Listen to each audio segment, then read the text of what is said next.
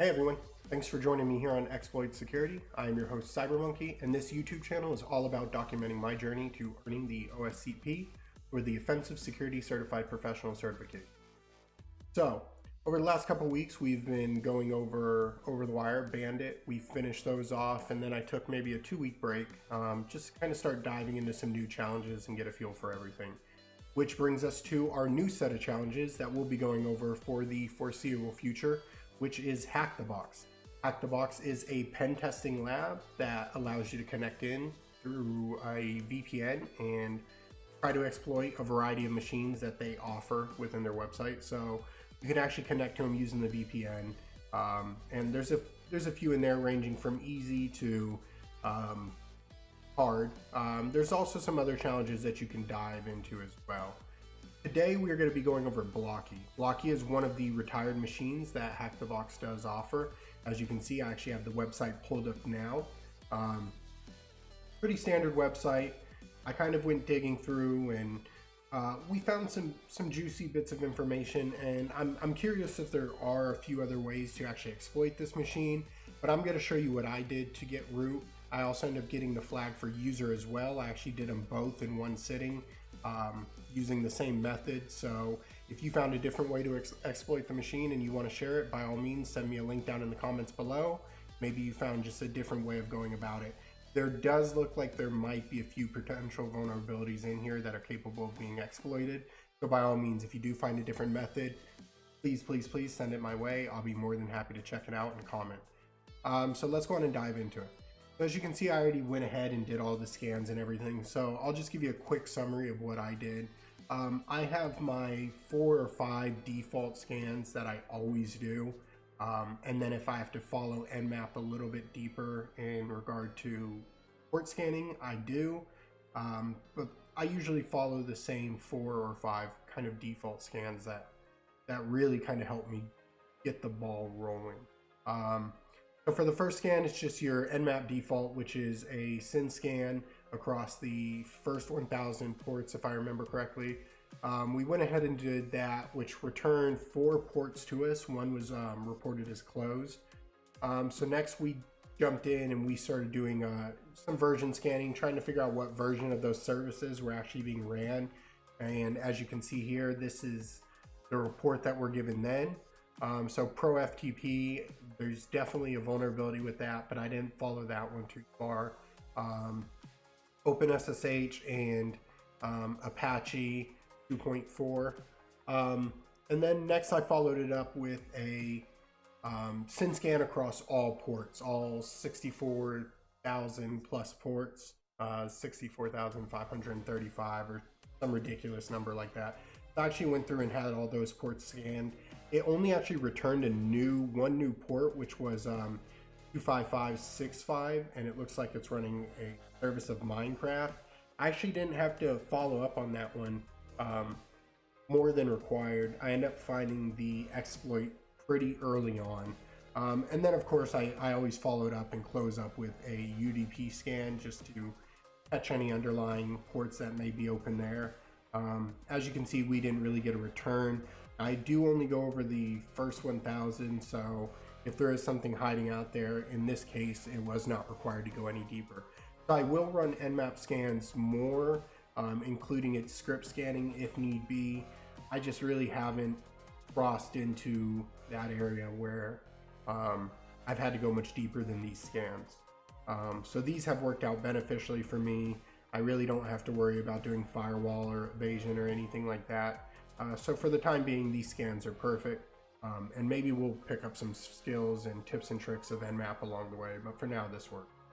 I also ran DERB, which is what returned the information I needed to exploit the machine. So DERB is a web scanner, and it used a common word list to go through and map out the directory. I haven't had the full opportunity. I really can't give my review of DERB. So far it's worked out great. Definitely check it out on GitHub. You can pull it up. I'll be sure to share the link down in the comments or in the notes below or the description below, so you can actually download it. It's not too bad from what I've seen so far. I don't want to give a full opinion on it just yet. it does come out a little bit sloppy, but we can actually kind of grep that and clean it up a little bit if we need to. But I can't complain too much. It actually got us the exploit, which is awesome, and it worked out great. So let me just go ahead and show you what I did to get there. So you guys can see this plugins. So when you navigate over to that plugins, you can see that there's 2 files listed. Go on and download those files. This is where we're going to find our first entry into the system itself. So we'll open up a terminal. As you can see, I already have downloads here. You can also see that I already have those 2 jar files in there. So next you want to unzip it. In this case, I ran jar with the options of XVF, which is X-Ray, Victor, and Foxtrot, and then just entered in the file names and decompressed them. Once you do that, you're going to have a couple different folders that open up that are worth looking into a little bit more. We do need to get a tool that will allow us to view that data in a human readable format or something a little bit easier to read. So I end up downloading JD GUI. It's a Java decompiler, and I mean it got the job done, so I'm not complaining too much. I really didn't explore through it any more than just kind of getting to where I got. As you're kind of going through and doing your recon, you're going to have a few different areas to kind of comb through and see if you can find anything useful. In this case, I'm just going to take you directly to it, so we're not wasting too much time. So under the My First Plugins, you'll come across the Blocky core.class. Go ahead and open that up, and you'll actually be given root and a password to use. I tried it in a few different areas. What ended up working for me was PHP My Admin. You can go on and jump over there. Let me pull up that password.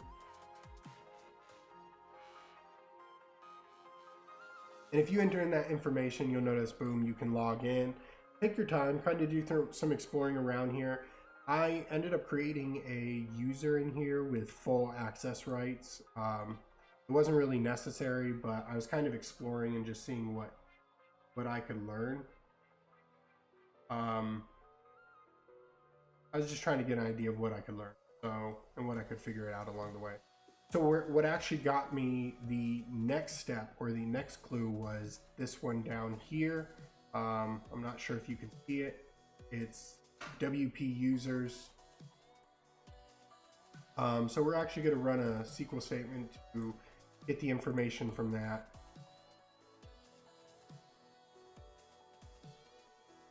We're actually going to run that. And as you can see, there is one user that has been added. So let's go on and select edit, take a look. All right, so we can see that the user login is named as Notch. It actually gives a password, an email, and then a username. You can also see when the user was registered, which was back in 2007. So, excuse me, I tried a few different things on this. And what I ended up coming across was we can actually log in as this user through SSH, and it actually worked pretty well. So let me just go ahead and show you that. So I ended up kind of diving around, and this is the answer that I end up finding. So we know that the username is Notch.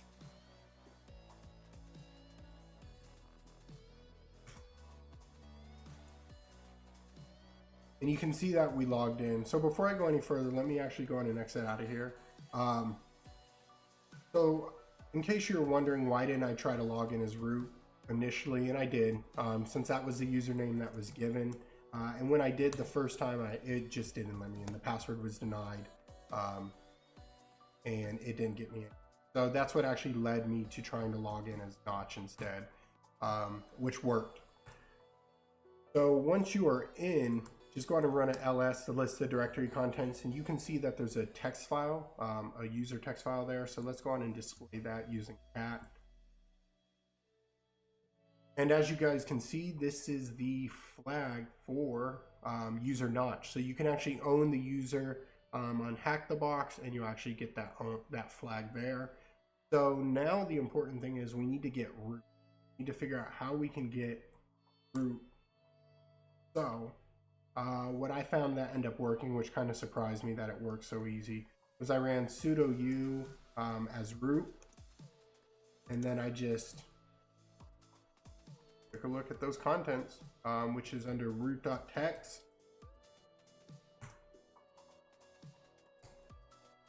And there you have it. So that is the flag for root as well. So in one setting, you can actually get the flag for user and for root. Mostly because you can see all the commands are listed. We can run all the commands. So yeah, so there you have it. That is the flag for both the user notch and for the root on the retired machine Blocky. Definitely check it out. I hope you guys enjoy the content. If you liked what you see, please be sure to like, share, and subscribe. We are going to be kicking out some more videos along the way. Maybe they can benefit you, or maybe you're just one of those people that just like to kick it and watch a few exploitations. I'm not sure, but either way, hopefully this benefits you along the way. If you do enjoy the content, please make sure you like, share, and subscribe. I will be posting more for the foreseeable future. So, you got any tips or recommendations for improvement? Maybe if you already exploited this machine in a different way and you just want to share the love and kind of share those ideas back and forth, definitely kick those out there in the comments below. I'll be more than happy to check it out, and I will most certainly respond. So definitely let me know what you guys think about that. You guys can actually find me on Discord as well. So definitely take a look there. So definitely check me out on Discord. That's it right there, CyberMunky1989. You can also find me on Twitter at CyberMunky1. Definitely, if you want to chat a little bit, go on and shoot me an invite, and maybe we can talk and exchange some ideas back and forth. I'm always happy to talk to everyone. I've met a few cool people on Discord, so it has proven to be pretty beneficial. So like I said, thanks for joining me on Exploit Security. If you guys like the content, please make sure you like, share, and subscribe. Next week, we'll be jumping into another machine and exploiting that as well. And I will catch you guys there. Thanks, everyone.